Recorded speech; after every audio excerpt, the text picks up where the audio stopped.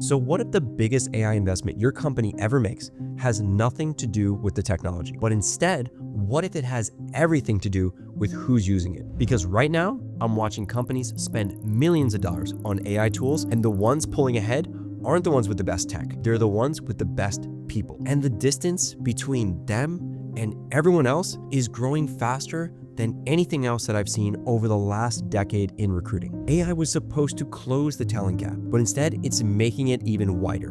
And in this video, I'm going to show you exactly why that's happening and what the smartest founders are doing about it. But first, if you're new to this channel, I want to say welcome. My name is Jared Black. I'm the founder of New Vine Employment Group, and over the last decade, I have successfully placed more than 10,000 candidates across hundreds of businesses. And here on this channel, I share actionable recruiting strategies that help business leaders just like you attract and hire top talent without the guesswork, without the costly mistakes, and without the years of trial and error. So if that sounds like you and you're building a company that absolutely refuses to be average, go ahead, hit subscribe, and drop a like on this video. Now, to understand why the gap is widening, you first have to understand the promise that started all of this. And to me, the pitch was compelling. AI tools would democratize performance, meaning your junior marketer would write copy just like a senior strategist, and your entry-level analyst would produce insights like a vet, and your mid-level sales rep would prospect like a top closer. The technology would bridge the gap, and suddenly you wouldn't need to find the absolute best people anymore because AI would make everyone great and amazing. And on the surface, it looked like that was happening. Productivity seemingly went up across the board. People were writing faster, analyzing faster, producing faster. AI was clearly making an impact in business. But then something else started happening, something nobody else was really talking about. The top performers, the A players who were already operating at a high level, they didn't just use AI to do the same work faster. They used it to think bigger, to move faster, to solve problems that weren't even on the table before AI was in the picture. In other words, they treated AI like a thinking partner, not like a shortcut. And now the gap between them and everyone else, it didn't close, it accelerated dramatically. And here's what nobody in the AI hype cycle wants to admit. AI doesn't create capability. It amplifies whatever capability is already there. Meaning, give AI to someone with strong instincts, deep judgment, and real problem-solving ability, and you get a supercharged operator who produces 3x, 5x, 10x what they produced before. But if you give AI to someone who's just coasting on process and tenure, well, you just get the same mediocrity, just a little bit faster. Now, let me give you some real examples because this isn't theory. I'm watching this happen in real time across dozens of companies that we've recruited for. You see, an A player in marketing doesn't just use AI to write blogs faster. They use it to analyze customer data, to identify buying patterns that nobody else sees, to build a detailed buyer profile for each separate segment. And then they produce hundreds of versions of ads, creatives, or video content, each one of them being tailored to a specific buyer in just a matter of minutes. Now, they're not running one campaign and just hoping somebody buys. They're running 50 micro campaigns simultaneously, each one of them speaking directly to the person that it's meant to reach. The average marketer uses the same tools to rewrite the same email subject lines that they were already writing. Another example would be an A player in operations. They don't use AI to just automate a report. They rebuild an entire workflow. They use AI to identify bottlenecks, model different solutions, and then present the best to leadership before anyone even asked for it. The average ops person just uses AI to maybe format some spreadsheets. And think about it in sales for a second. An A player in sales doesn't just use AI to just send more outreach. They use it for deep prospecting research, personalizing every single touch along the way. And then they have highly personalized conversations with the insights behind that make the prospect feel like they already have a consultant, not just a salesperson. Whereas the average rep uses AI to just blast the same template to 500 more people, and then they wonder why no one replies. You see, each example, it's the same tools, but completely different outcomes. You see, the difference here isn't the technology, it's the person using the technology. In fact, a recent study by Carrot surveyed over 300 CTOs and SVPs of engineering, and they found 73% of that leadership group said their strongest performers armed with AI are now worth at least 3 times their total compensation. Not 3x their salary, 3x the total investment that the company makes in them. Guys, that's an extraordinary return on a single person. But here's the other side. 59% of that same group said that their underperformers with AI aren't improving in a meaningful way. So even with the same tools, the technology didn't close the gap. It widened it because AI just amplified what was already there. And what was already there wasn't enough. So you've got one person on this side producing outsized value, sitting next to someone who's barely moving the needle. Same tools, same AI stack, same accesses. The only variable is the person. Now, here's where it gets dangerous for some companies. That A player producing that 3x value, they know their worth, and trust me, they're getting recruited. They're being tempted by bigger projects, bigger companies, bigger opportunities. And when they leave, and they will leave if you don't give them a reason to stay, the skills, the institutional knowledge, the momentum that they've created, it doesn't just walk out the door slowly. It vanishes overnight. And the scariest part is those skills, they're not easy to replace. You can't just post a role and find another person overnight. In fact, A players who know how to weaponize AI in your specific business context, who understand your customers, your operations, your market, that's a profile that rarely exists on the open market. And losing one can set you back months, sometimes even years. But it's important to note, the gap isn't just widening between A players and average employees. There's actually a deeper shift that's happening at the same time, and it's going to reshape how entire industries approach hiring. So for decades, we built our companies around specialists. You needed a $500 an hour lawyer for contracts.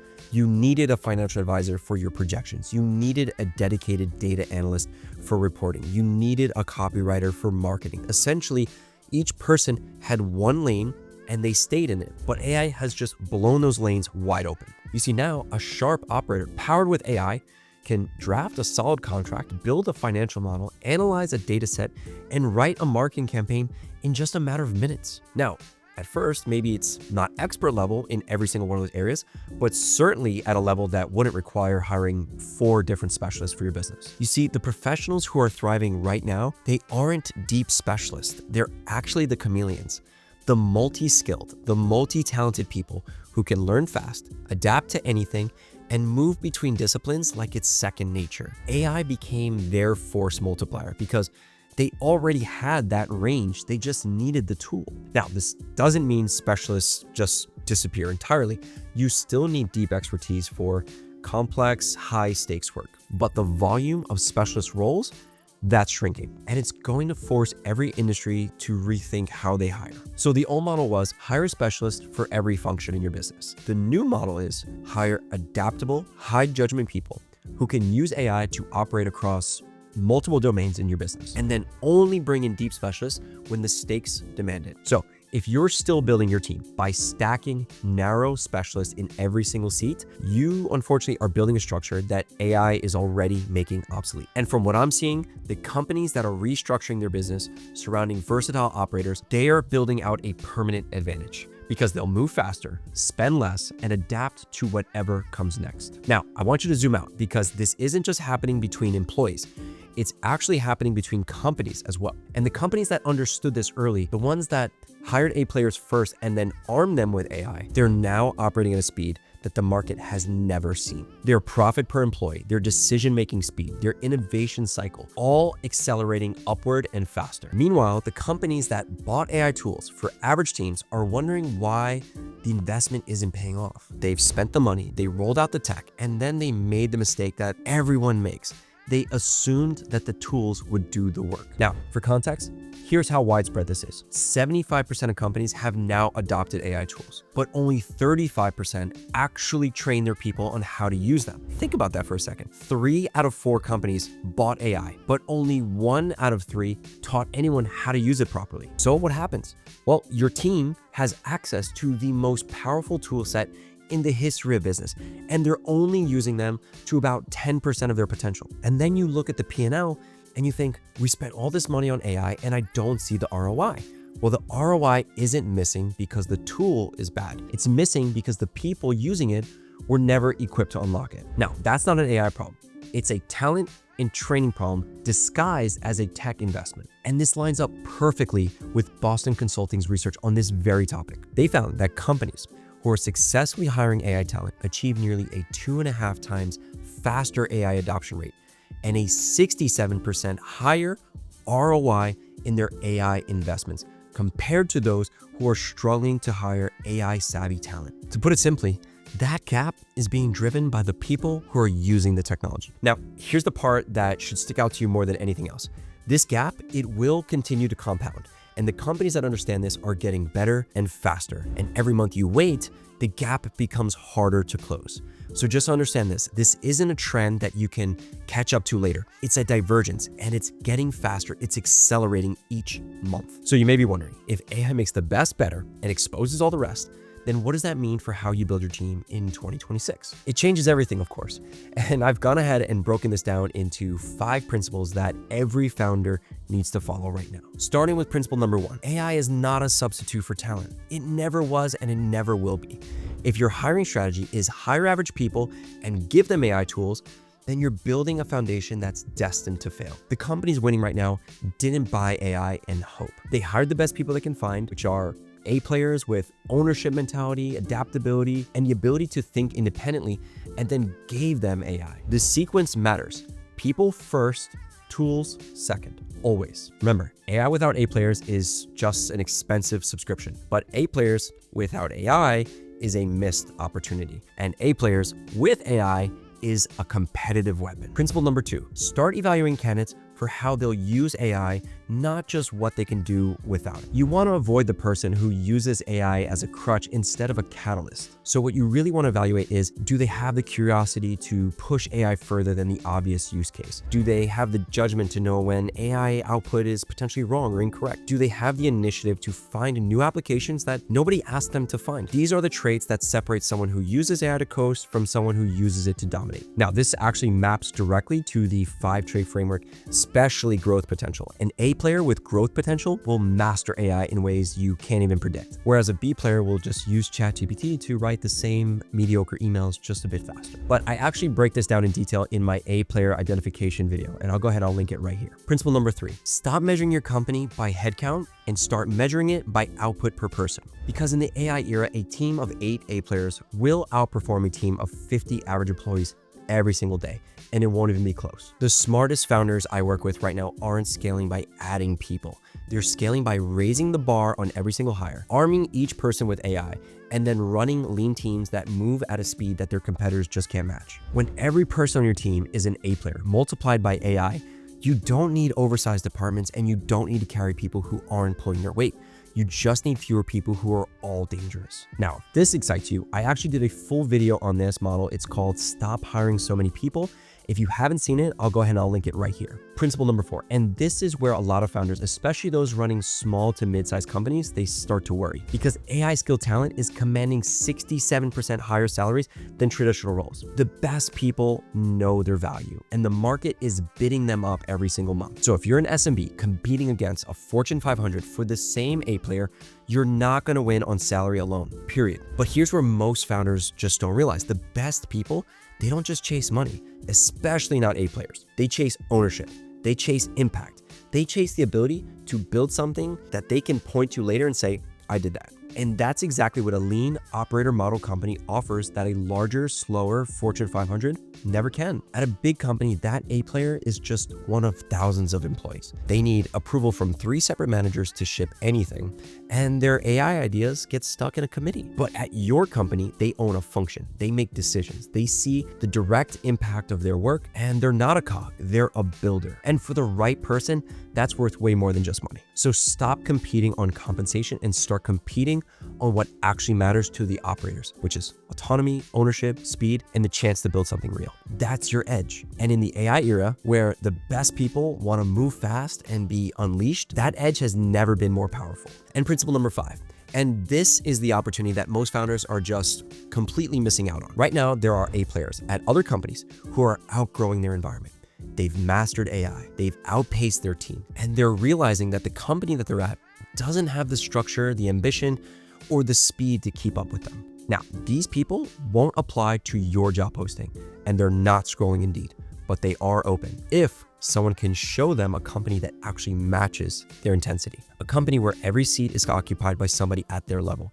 A company where AI is a weapon, not a checkbox. Guys, understand, this is the biggest passive talent opportunity in our generation. The combination of widening AI gap and the specialist to operator shift means that the best people at average companies are ready to move. And most companies have no idea how to even reach them. And that's exactly where elite recruiting becomes the difference maker. Not posting a job and hoping. It's by identifying that A player who's outgrown their company, reaching out with a vision that matches their ambition, and then winning them before someone else does. So here's what I want you to take away from this. Everyone is telling you that AI is the great equalizer, that it'll close the talent gap and make hiring less important. That is the most dangerous lie in business right now. AI is the great amplifier. It makes the best better and exposes all the rest. And the gap between A players and average employees is wider than it's ever been, and it's growing every month. And the gap between companies that hire A players and the companies that don't is becoming uncatchable. Just know this, the companies that win the next decade won't be the ones with the best AI tools. They'll be the ones with the best people using those tools. That's it. That's the entire competitive advantage. And the founders who understand this, the ones who are investing in finding, evaluating, and winning the absolute best talent, they're the ones that everyone else is going to be chasing. Now, if you're thinking that's you, but you have no idea where to find these A players, this is exactly what we built our company to do. We don't just find candidates. We find the A players who turn AI from a subscription into a weapon. We start the process with AI-powered sourcing to identify the passive talent that most people just can't reach. Then we have a proven methodology that evaluates those traits that AI just can't measure. I'm talking about judgment, character, ownership, growth potential. And then we bring it all together with expert human recruiters who know the difference between someone who just interviews well versus someone who will actually perform. Now, if you want to see what this looks like for your company, just go ahead and book a discovery call with my team. You can find that link in the description box below. And here's what I want you to do next. Look at your team and ask yourself this: who on my team is using AI as a weapon and who's using it as a crutch? Now, I'm sure you already know the answer, but that answer tells you everything about where your company is headed. So drop a comment below. Are you guys also seeing the gap widen within your teams? Let me know. I'd love to hear your point. And if this has changed how you think about AI and talent, just be sure to share it with a founder who also needs to hear it. And be sure to hit subscribe so you don't miss what's coming next. Thanks for watching. I'll see you on the next one.